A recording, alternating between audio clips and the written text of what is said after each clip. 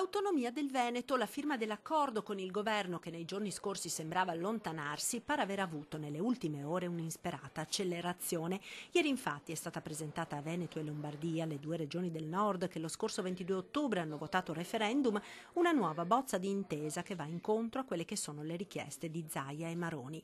In particolare, dal nuovo testo della bozza di intesa sarebbe stato eliminato il criterio della spesa storica, inserito invece nel primo documento come base per il trasferimento delle risorse dallo Stato alla Regione, un criterio inaccettabile per il Veneto perché prevede il trasferimento alla Regione della stessa cifra spesa per quel capitolo l'anno precedente, un criterio che va a penalizzare quindi chi è virtuoso ed ha speso meno razionalizzando le risorse rispetto invece a chi per sprechi o inefficienze ha speso di più.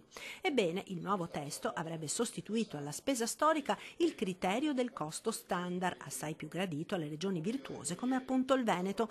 Questo parametro prevede il trasferimento dallo Stato delle risorse per un servizio calcolate in base alle migliori condizioni di efficienza ed appropriatezza.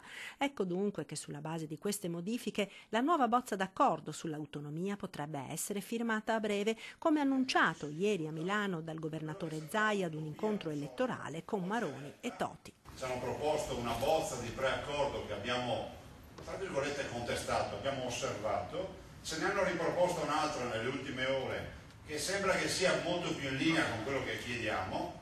Io spero si riesca a firmare, cioè questa è la nostra idea.